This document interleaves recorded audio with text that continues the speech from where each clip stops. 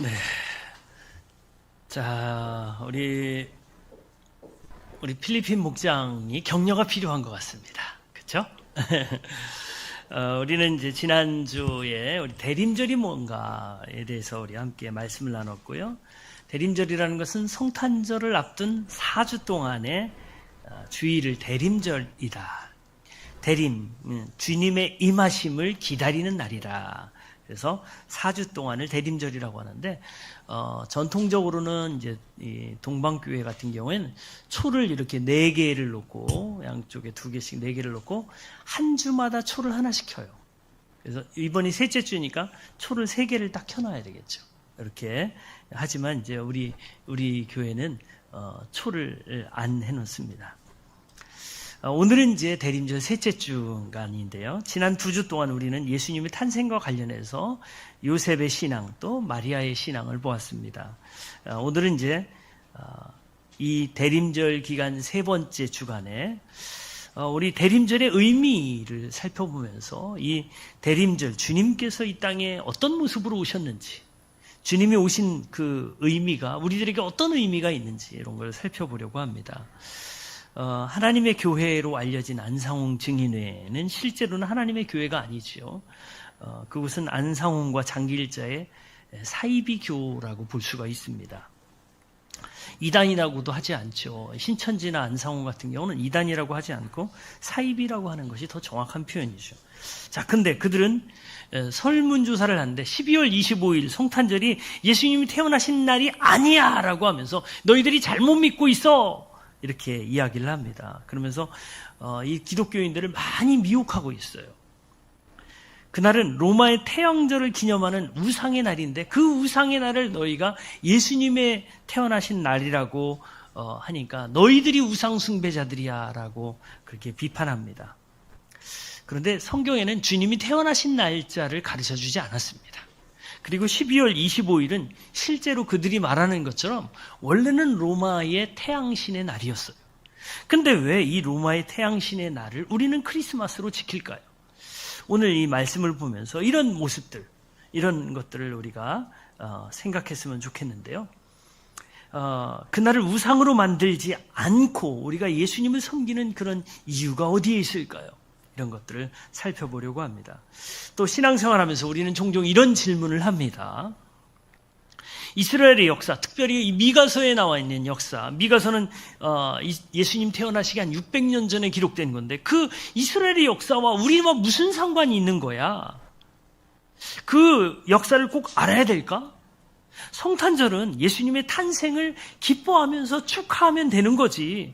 더 깊은 뭔가를 알아야 되나? 나는 복잡한 건 싫은데 이렇게 생각할 수 있습니다. 하지만 우리가 성탄절의 의미를 잘 알고 또 성탄절의 이런 것들을 더 깊이 이해할 때 사이비들의 말에 현혹되지 않고 우리의 신앙을 잘 지킬 수 있습니다. 예전에 제가 섬기던 교회에 열심인 집사님이 있었어요. 이 집사님은 성경에 굉장히 목말라 있는 분이었어요. 성경에 목말라서 늘 와서 사역자들한테 성경 이거는 무슨 뜻이에요? 이거는 무슨 뜻이에요? 막 성경을 막 너무너무 많이 읽는 그런 집사님이었어요. 그런데 이 집사님이 안상홍 증인에 완전히 빠져버렸어요. 왜 빠져버렸냐면 바로 이 12월 25일 태양절을 왜 그리스도인들이 섬기느냐, 그렇기 때문에 그리스도인들이 잘못되었다라는 그 말 한마디 때문에 이분이 거기에 쏙 빠져버렸어요. 자, 오늘 저는 여러분들과 함께 성탄절의 그 의미를 살펴보면서 사이비들의 말에 현혹되지 않고 신앙을 잘 지킬 수 있는 그런 것들을 함께 보려고 합니다. 오늘 본문을 통해서 가장 중요한 것은 뭐냐면, 가장 중요한 것은 하나님께서 우리의 삶을 바꾸신다. 하나님께서는 우리의 삶을 역전시킨다라는 말씀이에요. 하나님께서는 이스라엘을 역전시키셨듯이 하나님은 우리의 삶도 역전시킬 수 있는 분이다. 무엇을 역전시킬까요? 슬픔을 영광으로 역전시킬 수 있는 분이다. 오늘 우리가 살펴보기 위해서는 미가서의 그런 배경들을 조금 살펴봐야 되는데요. 미가 선지자는 언제 활동했던 선지자냐? 이스라엘 남유다, 특별히 이스라엘이 남유다와 북이스라엘로 나눠져 있었는데요. 북이스라엘은 BC 722년에 멸망하고 그 다음에 남유다는 BC 586년에 멸망했는데요. 그러니까 예수님 오시기 약 600년 전 정도에 멸망을 한 거예요. 근데 그때에 멸망할 당시에 활동하던 선지자가 바로 미가 선지자예요. 근데 이 미가 선지자는 시드기야 왕 때 활동했던 선지자죠. 시드기야 왕은 남유다의 마지막 왕이에요. 자, 그런데 예수님 오시기 약 600년 전에 미가 선지자를 통해서 하나님이 메시지를 주신 거예요. 바로 오늘의 메시지. 이사야 선지자는 미가 선지자보다 약 100년 앞서죠. 그래서 700년 전에 예수님의 탄생을 예언을 했었죠. 예수님의 고난도 예언을 했었고. 근데 미가 선지자가 활동했던 시대는요, 그로부터 100년이 지난, 이사야 선지자가 활동할 때도 굉장히 암울했는데 그로부터 100년이 지난 다음에 바벨론이라는 나라가 엄청 힘이 세져. 근데 이 바벨론이 막 쳐들어온 거예요. 그리고 이 남유다를 완전히 쑥대밭으로 만들었죠. 그러니까 남유다는 전혀 소망이 없었어요. 그래서 왕도 도망가고 관리들도 도망가는데 다 잡혔죠. 바벨론 왕이 이 시드기야 왕을 붙잡았어요. 그리고 이 시드기야 왕을 붙잡고 왕을 붙잡고 있는 그 상황에서 왕자들을 다 데리고 와서 왕자들을 다 죽여버린 거예요. 그러니까 왕 앞에서 왕자들을 이 바벨론 왕이 다 죽여버렸어요. 왜냐? 배반을 했거든요. 시드기야가 당시에 예레미야 선지자가 당신이 바벨론을 섬겨야 됩니다 라는 이야기를 계속, 이게 하나님의 메시지입니다 라고 막 얘기를 했는데 시드기야 왕이 막 사람들 눈치를 보다가 이 하나님의 선지자의 이야기를 듣지 않고 자기 마음대로 하다 보니까 결국은 멸망하는데 끔찍하게 멸망당하죠. 여러분, 자기 자식이 눈앞에서 그냥 참수되는 그런 장면을 보면 얼마나 마음이 아파요. 그런데 거기에서 그치지 않고 시드기야 왕의 눈을 사람들이, 그 바벨론 군인들이 빼버려요. 그래서 눈이 안 보이는 거예요. 그 상태로 바벨론으로 끌려가게 됩니다. 자, 그런 상황이라면 이스라엘은 전혀 소망이 없는 상황이에요. 그 상황을 미가서 5장 1절에서 말씀하고 있는데, 우리 5장 1절 한번 다 같이 읽어볼까요? 시작. 미가서 5장 1절 시작. 군대의 도성아, 군대를 모아라. 우리가 포위되었다. 침략군들이 몽둥이로 이스라엘의 통치자의 뺨을 칠 것이다. 이 바벨론 군대가 들어와서 이스라엘을 쑥대밭으로 만들어 놓고, 유다를 쑥대밭으로 만들어 놓고 왕의 눈을 뺀 사건을 바로 5장 1절에 기록하고 있는 거예요. 얼마나 처참합니까? 근데 전혀 소망 없는 상황이었는데 5장 2절에 뭐로 시작하는지 한번 볼까요? 5장 2절에 첫 단어가 뭘까요? 우리 한번 더 크게요. 그러나. 아멘. 모든 것을 바벨론에게 빼앗기고 왕도 두 눈이 뽑혀서 잡혀가고 성전을 회파되고 많은 사람들이 잡혀가는 그런 전혀 소망 없는 그런 상황 가운데 오늘 본문의 2절은 뭐로 시작하느냐? 그러나로 시작하는 거예요. 그러나라는 연결어는요, 앞의 문장과 뒤의 문장과 정반대일 때 사용하는 단어예요. 앞의 상황은 유다 역사에서 가장 최악의 날이었는데 그러나로 연결되었다는 것은 이후에 어떤 날이라는 거예요. 최악의 날과는 전혀 반대의 새로운 날이 전개될 것이라는 거예요. 전에는 다 뺏겼지만 그러나 하나님은 뭘 하시겠냐면, 그러나 하나님은 메시아를 보내주시겠다. 지금까지는 절망스러운 그런 상황이었는데 그러나 하나님은 무엇을 보내주실 것이다? 소망을 보내주실 것이라는 거예요. 우리 하나님은 절망의 날을 소망으로 바꾸시는 분이신 줄 믿습니다. 하나님은요, 메마른 광야에서 생수를 만들어내시는 그 하나님이신 줄 믿습니다. 왜냐하면 우리 하나님은 그러나로 우리의 삶을 역전시키는 분이기 때문에 그렇습니다. 여러분, 이 그러나의 삶이 여러분 가운데 있어지기를 소망합니다. 베들레헴에서 그러나의 일들이 여러 번 일어났어요. 어떤 일들이 있었냐? 역사적으로 쭉 보면요, 야곱이 가장 사랑했던 아내의 이름이 무엇일까요? 라헬이죠. 야곱에게는 4명의 부인이 있었는데 그 중에 가장 사랑했던 아내가 바로 라헬이에요. 근데 이 라헬이 베냐민을 낳다가 죽습니다. 어디에서 죽냐면 바로 이 베들레헴 바로 옆에서 죽게 됩니다. 그리고 이 라헬이 장사된 곳도 바로 이곳이에요. 역사적으로 보면. 근데 라헬이 죽으면서 아들의 이름을 뭐라고 지냐면, 라헬은 2 아들이 있었죠. 요셉과 베냐민인데 이 베냐민을 낳으면서 뭐라고 불렀냐면 베노니라고 불렀어요. 베노니라는 이름의 뜻은 슬픔의 아들이에요.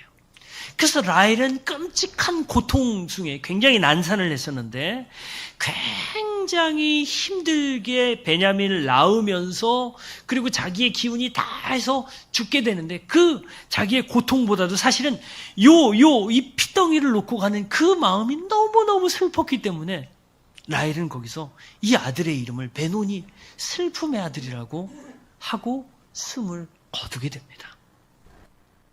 자, 그런데 바로 옆에 있던 아버지 야곱이 이 슬픔의 아들의 이름을 바꿔버립니다.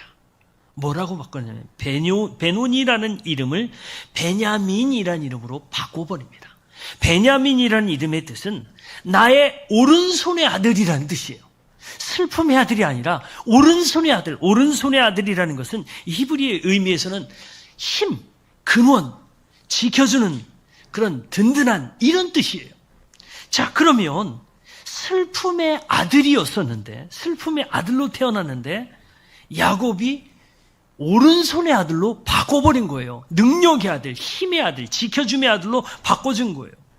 자, 그런데 사실은 예수님의 고난과 영광과 이것이 연결됩니다. 예수님의 고난과 영광과 어떻게 연결되느냐. 베들레헴에 태어나신 예수님이 십자가를 지실 때는 슬픔의 아들이었어요. 고난의 아들이었어요. 그런데 부활하고 승천했을 때는 어떤 아들이 되었을까요? 영광의 아들, 승리의 아들로 바뀌셨습니다. 자, 우리 하나님은 여러분의 슬픔과 절망도 변해서 기쁨과 소망과 영광스러운 삶으로 바꾸실 수 있는 그 하나님이 바로 우리의 하나님이신 줄 믿습니다.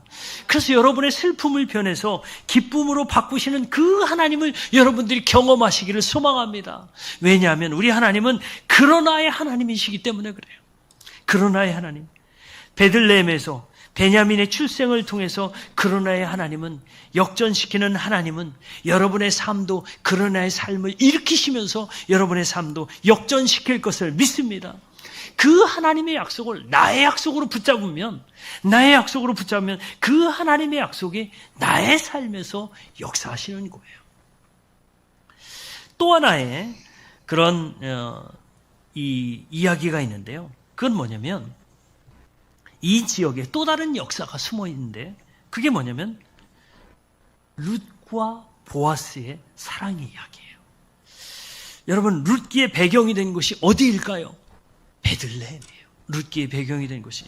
제가 이스라엘에 갔더니 베들레헴 지역에 갔더니 거기 다 보니까 거기 간판이 다 뭐라고 써 있냐면 보아스의 레스토랑, 보아스스 레스토랑 이렇게 다 써 있어요. 여기도 보아스의 레스토랑, 여기도 보아스의 레스토랑, 여기저기 다 보아스의 레스토랑이래요. 왜 그럴까요? 어디가 원조인지는 몰라요. 어디가 진짜 이 보아스가 살았던 곳인지는 몰라요. 근데 다 보아스의 이름을 다 이렇게 하고 있어요. 그래서 이 보아스의 레스토랑 한 곳으로 이제 저희가 간 거죠. 저희 팀이 20 몇 명의 팀이 갔어요. 근데 거기에 화덕에 막 밀가루 같은 걸 해가지고 거기에 그 무슨 양념 같은 걸 하고 그다음에 소스를 찍어 먹는데 저에겐 개인적으로 맛은 그게 이렇게 맛 있지는 않더라고요. 이게 제 한국 사람 입맛은 아니에요. 근데 이제 이스라엘 사람들은 그걸 주식으로 이렇게 먹는다고 그러는데 근데 여기저기 보아스의 그런 게 있어요. 근데 보아스의 거기를 갔는데 그 베들레헴 그 지역이 어떤 지역이냐? 그 지역이 나오미와 룻이 처음에 모압으로 이민을 갔죠. 이 나오미가 이제 남편 엘리멜렉과 함께 이민을 갔죠. 근데 거기에서 두 아들도 잃어버리고 모든 재산도 다 탕진하고 남편도 잃어버리고 다, 그리고 결국 거기에서 누가 왔냐면 나오미가 다시 돌아오게 되는데, 혹을 때려 갔다가 혹덩이를 붙이고 오는 거죠. 그 혹덩어리가 누구냐? 룻이에요. 룻은 이방 여인이죠. 모압 여인이죠. 자, 그런데 나오미가 올 때 사람들이 와, 나오미 아니야? 나오미는 찬송이라는 뜻이거든요. 기쁨이라는 뜻이거든요. 근데 나오미가, 사람들이 그러죠. 더 이상 나를 나오미라고 부르지 마. 더 이상 기쁨이라고 부르지 마. 나의 이름은 마라야. 마라는 쓰다라는 뜻이거든요. 내 인생이 얼마나 쓴지 나는 다 잃어버리고 거지가 되어서 이곳에 며느리 혹 하나 달고 와가지고 나는 거지가 돼가지고 온 그런 쓴 인생을 사는 마라야. 나를 마라라고 불러라. 그랬어요. 그런데 거기서 드라마틱하게 이 룻과 보아스가 만나서 결혼을 하게 되죠. 그리고 이제 그들 사이에서 오벳이 나게 되는데, 이 오벳이 이새를 낳고 이새가 누구를 낳을까요?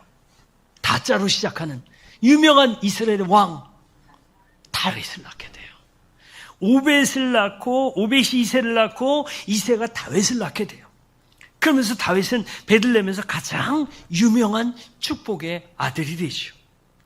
나오미와 룻이 고난 가운데 있었지만 하나님이 보아스와 룻이 만나게 하시고, 그리고 그들의 결혼을 통해서 그들은 메시아의 조상이 되게 하시죠. 그리고 축복의 사람이 되게 하십니다.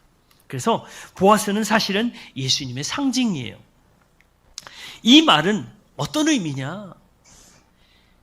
이 보아스가 예수님의 상징이라는 것은요, 오늘날도 마찬가지로 우리가 나오미 같은 인생을 살고 있다면, 룻과 같은 인생을 살고 있다면, 바로 예수님을 만나면, 보아스 같은 예수님을 만나면 우리의 고난이 무엇으로 바뀐다?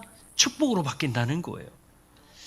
저는 차를 갖고 교회에 올 때 종종 극동방송을 듣는데요, 8시 반에 김양재 목사님이라고 저기 이 판교회, 우리들 교회 굉장히 큰 교회죠. 그 목사님이 8시 반에 큐티를 하셔요. 큐티 설교를 하셔요.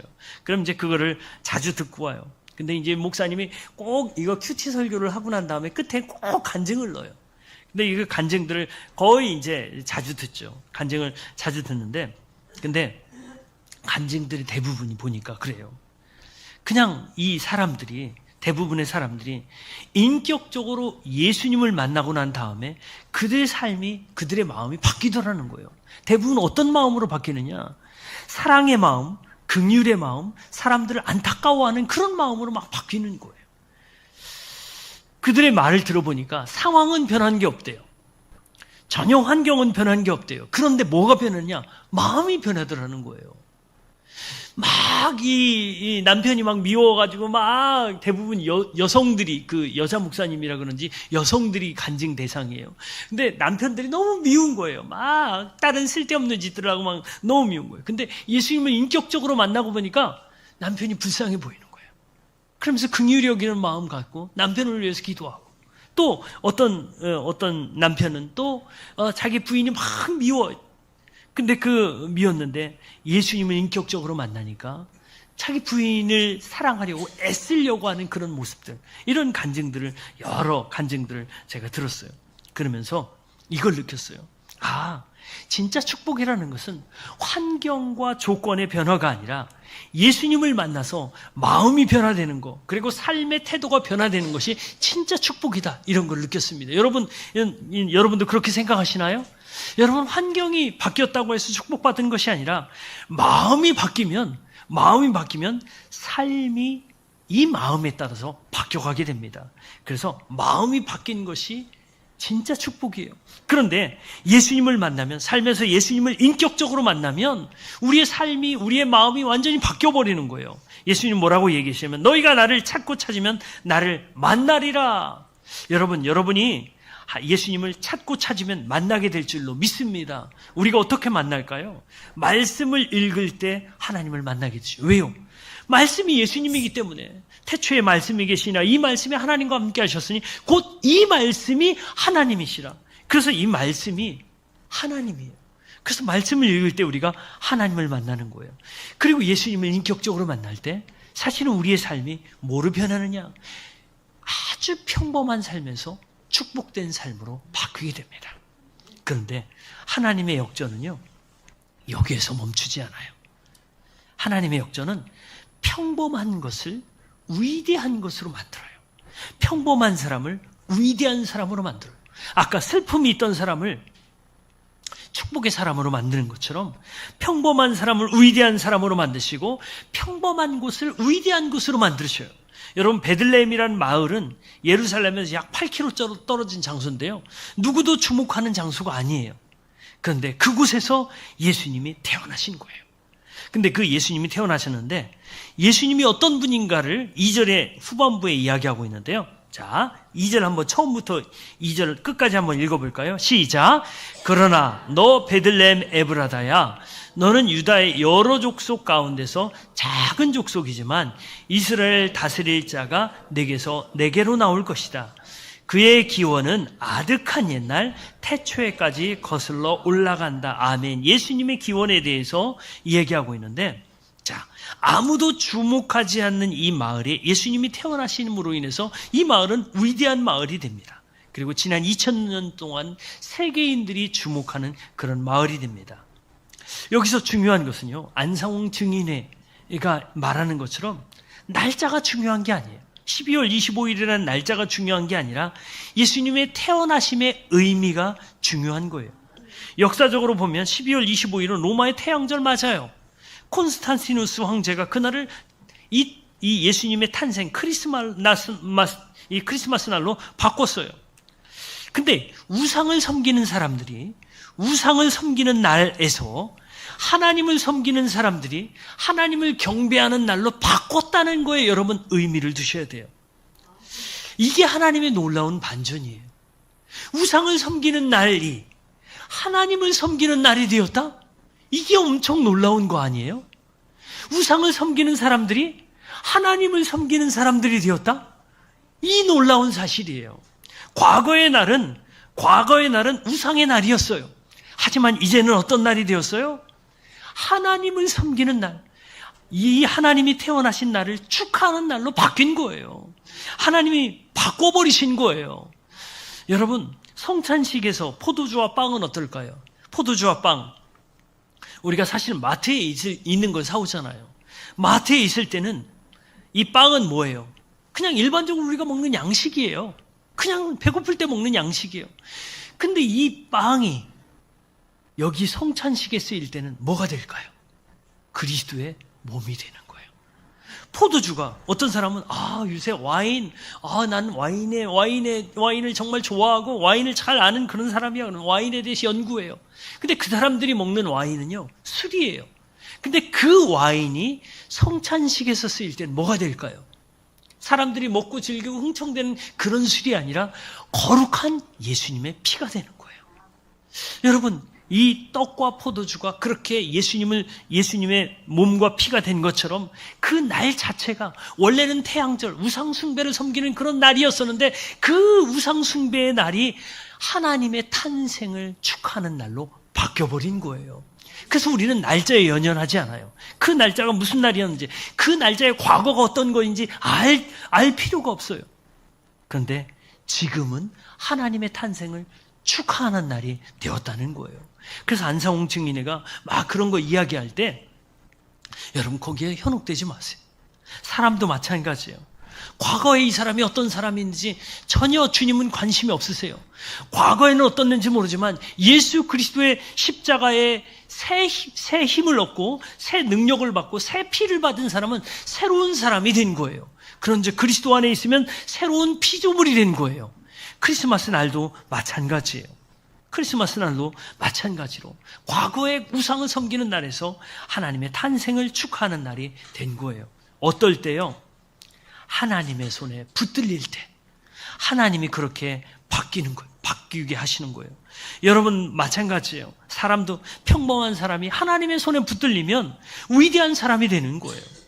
무디 목사님은요, 학교도 제대로 다니지 못했죠. 옛날에는 학교를 제대로 다니지 않았어도 이 교회 안에서 안수를 하면 목사가 되었죠. 지금은 이제 그런 걸 하지 못하지만 이 무디 목사님은 마음에 뜨거운 복음이 있었어요. 마음이 뜨거운 복음이 있으니까 복음을 전하고 여기저기에서 생명의 역사가 막 일어나는 거예요. 얼마나 놀라운 그런 역사가 일어나는지 이루 말할 수 없는, 그리고 미국과 영국을 왔다 갔다 하면서 그런 하나님의 놀라운 생명의 역사가 있었어요. 그를 취재했던 기자가 뭐라고 비판했냐면 이런 비판을 했어요. 무디 목사님은 맞춤법도 틀리고 문장 수준도 너무 허접하다라고 신문 기사에 그렇게 목사님을 비판하는 그런 글을 올렸습니다. 그런데 하나님께서는 이 문법도 틀리고 문장 수준도 허접하고, 그리고 이 무디 목사님은 사실은 인격으로도 그렇게 별로 이렇게 친할 만한 사람이 아니래요. 이게 사람이 굉장히 차갑고 조금 냉정하고 그렇대요. 그런데 그 마음속에 뜨거운 복음이 있으니까 그를 통해서 수많은 세계의 영혼들이 살아나게 되는, 영혼들이 구원되는 놀라운 일들이 일어난 거예요. 박사학위를 몇 개 가지고 의원 배지를 달고 좋은 차를 타고 좋은 집에 사는 사람이 위대한 사람이 아니고 하나님을 향한 뜨거운 열정을 가진 사람이 위대한 사람으로 바뀌게 됩니다. 하나님께 붙잡힌 사람이 위대한 사람으로 바뀌게 되는 거예요. 그래서 여러분 모두가 하나님께 붙잡히기만 하면 위대한 사람이 될 줄 믿습니다. 예수님은 왜 화려한 도시에 오지 않았을까요? 성전도 있는 그 예루살렘, 왕도 있고 학자들도 있는 그 멋진 예루살렘이 아니라 아무도 주목하지 않는 베들레헴에 오셨을까요? 베들레헴이란 이름이 떡집이라는 이름이에요. 이 베들레헴, 떡집 동네에 왜 오셨을까요? 그것은 앞으로 주님이 생명의 떡이 되실 것이라는 것을 암시하는 그런 거예요. 그래서 예수님이 생명의 떡이시기 때문에 이 예수님의 생명의 떡을 나눠주기 위해서 이 아무도 주목하지 않는 마을에 오셨던 거예요. 아무도 주목하지 않는 마을에 예수님이 오심으로 인해서 이 베들레헴은 영광스러운 장소가 되었던 거예요.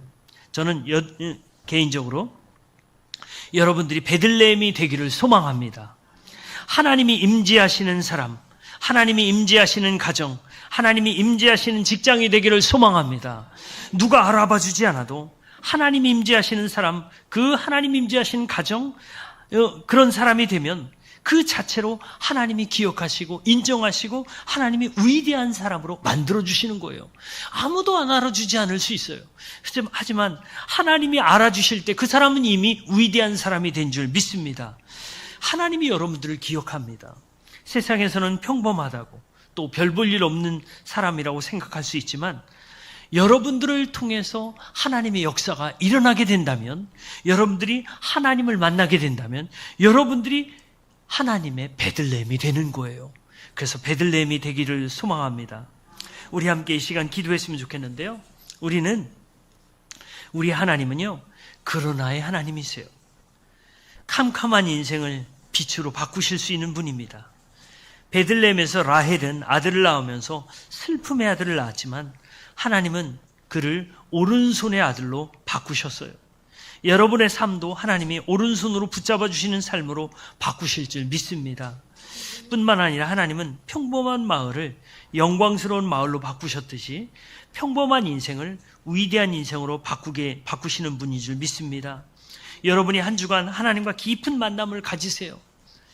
그러면 하나님께서 여러분을 만나주시고 여러분의 삶도 그런의 삶으로, 평범한 삶을 위대한 삶으로 바꿔주실 거예요. 이 시간 우리 함께 합심해서 하나님, 그러나의 하나님을 제가 경험하게 하여 주옵소서.